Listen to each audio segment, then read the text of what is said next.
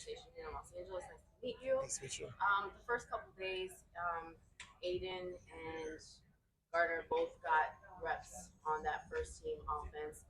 Can you break down what you saw from them in the first 2 days? I know it's very, very early, and what can we expect to see today with who gets those reps? Yeah, what I see is two guys competing. I asked them, it's time to make that leap.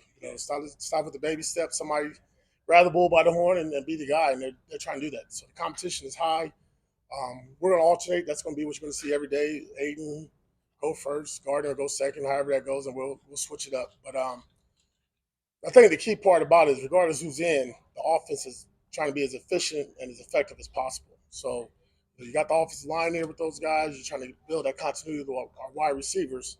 I think both quarterbacks are doing it. Hey, Pete, when you've got offensive linemen not in pads, defensive linemen are going to get more push because they're not battling out. How much do you have to remember that when you look at the pressure the defense getting? Hey, it isn't live football.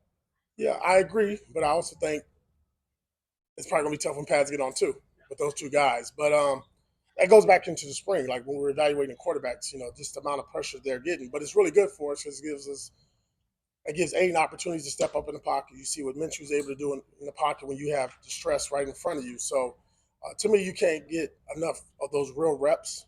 That's why you don't see us doing a lot of 7-on-7. We did a little bit of yesterday. You won't see none today. We'll do more team periods. You mentioned that when camp broke for mandatory minicamp, you said when we get to LA, we don't want to have any. You don't want to take any steps back. You want to just hit the ground running. Do you feel like so far through the two practices, that's how it's been? Yeah, we are. I think it's been really two good practices. I think our guys have done a good job in the playbook. I told them the mental part is on them. They need to learn the playbook. They did that over the break, and they've done a good job preparing.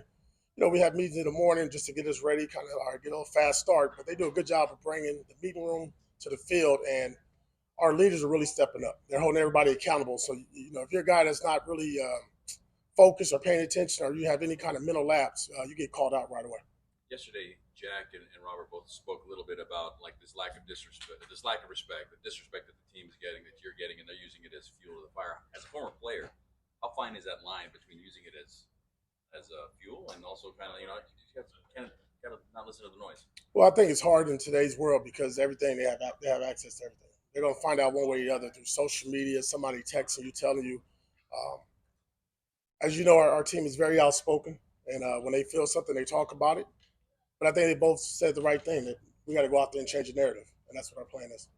But yesterday, kind of on the same note, like after practice, there's a video going viral, the Kermit ball or whatever. Do you like leaning into that kind of stuff, talking trash, or do you kind of tell the guys to stay away? No, we addressed as a team yesterday. We nipped it in the bud.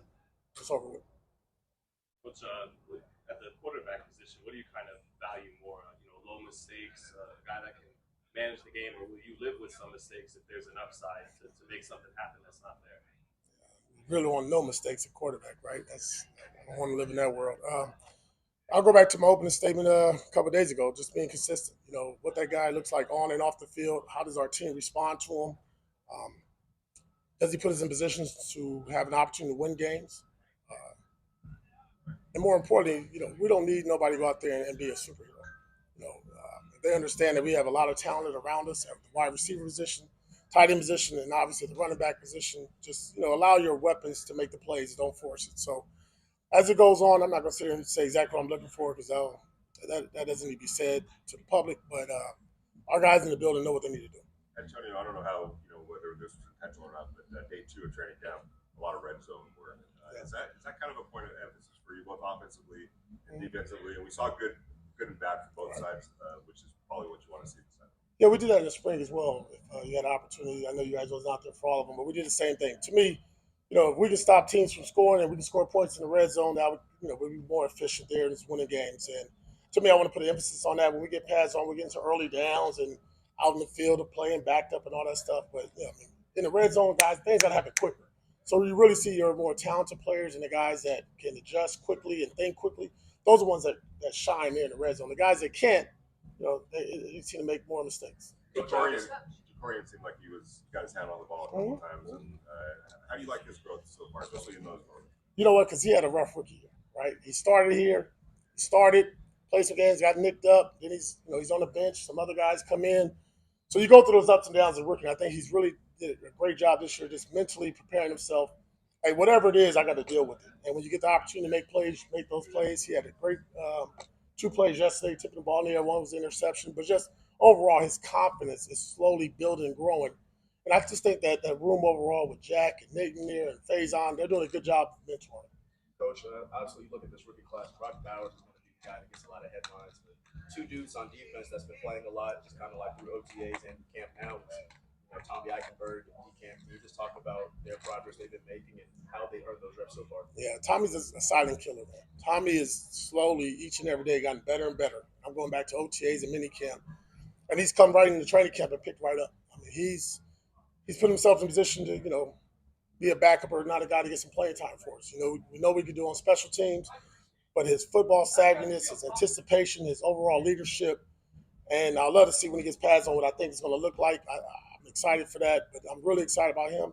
D Cam is another one. Like, he's quiet, doesn't say nothing, but if you watch every rep, he's right behind Jack or Faison or whoever it is, and he's just taking a lot of mental reps. And then when he goes in, he's not making those mistakes. And I think we're doing a good job as coaches of spoon feeding him and not throwing him out there to the wolves right away so he doesn't get burnt and lose that confidence. AP, you are very analytical, so you see everything you don't like. I'm just curious, through 2 training camp practices, has anything pleasantly surprised you?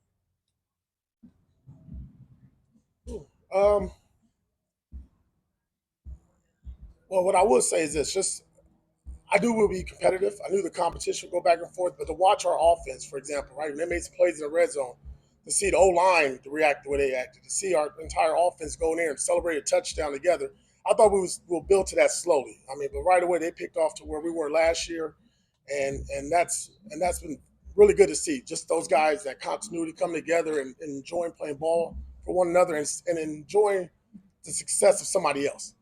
Because training camp, right, they're fighting. It's dog eat dog, right? I'm trying to get your spot, you're trying to get my spot. But every once in a while, man, it's good to share that moment together.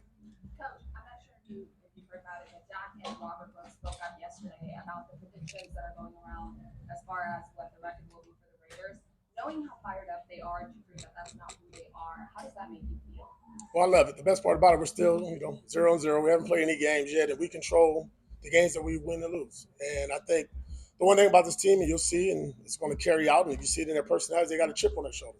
They play with a little bit of, they're pissed off, and that's good. And as long as we control that energy into something positive on game day, we'll be fine. Coach, apologies if you already had this question, but in your first training camp as head coach, how significant is it, if at all, is it that you are 26 miles away from Paramount High School where you played, 20 miles from Long Beach Poly where you had your first head coaching position? It's cool. It's I said it when we hit the tarmac the other day and we landed. I just smiled. To see this organization come back to LA, which hadn't been here since 1994, to grow up down the street, to always have have probably 1,000 friends that want to come to camp right now and they can't. It's really cool. But I think more importantly, it's really good for our team just to get this environment. Regardless of how many fans we got here, just to be in Southern California, Costa Mesa's done a great job of setting up training camp for us. But obviously, it's special for myself. Richardson, kind of coming along mentally throughout OTAs and training camp so far at cornerback. He has a lot of physical talent, obviously. What type of potential do you think he has long term? Well, yeah, I mean, I think the physical attributes are there. I mean, the kid's fast, he's tall, he's long, he's tough. Obviously, we're going to see it here in a second with the pads on, but I'm sure it's going to show up just like it did on film. Not afraid to throw his face in there and make those hard and difficult tackles. But what I see is somebody just constantly growing. Our special team coach loves him. I mean, he brings an element of speed and toughness there that you just can't coach with that length and speed. And on defense, I mean, we want to be in your face. And he has everything that you need to play that position at corner. So one of the things you and Patrick Graham both talked about is last year doesn't matter. Like, you have to make your name this year. You have to do your work this year. But a guy like Jack Jones, like, did he find out something from what he did last year finding himself, finding that rhythm, and carry that over? Is there a way to carry it over without living in the past, I guess? Well, I think what you do with your past is you learn from hopefully your mistakes more than your positives, right? Everybody's gonna talk about the plays he made, but what me and Jack has always talked about in his career is just what are the things he's done wrong, and let's not repeat those mistakes. And I think Jack each and every year as he's mature and gets better as a pro, understand who he is and what he's able to do and what he's not able to do, he'll be a better player. But Jack is an emotional player. He loves the game of football, and I think for Jack, just if he can just keep work on being consistent, we'll be fine. We talk about Dylan Labe. He just keeps making plays, just showing up. We talk about Man, that dude's special. I like him. Man. He just walks around, kind of that Long Island smile and talk, and he's gritty. You know what I mean? He's a gritty running back, and the one thing about it, he surprises you with his speed. Really good with the ball after catch, even when he's running the football. Like he's gonna be a difficult matchup, I would say, because it's already shown up in practice. It's not. It'll be better when we get the pads on and get more team competition. But I think he gives you a value of a third down back and some special team value as well. So many former players and even fans talked about you bringing back the culture during the later part of the season last year. How do you go about doing that on a daily basis in the dog days of camp where there are no games? Well, the culture is in us. I mean, it's in our DNA. I mean, we talk about it every day. That was the opening statement in my team meeting with those guys. Just Raider way, the Raider culture, and that never changes.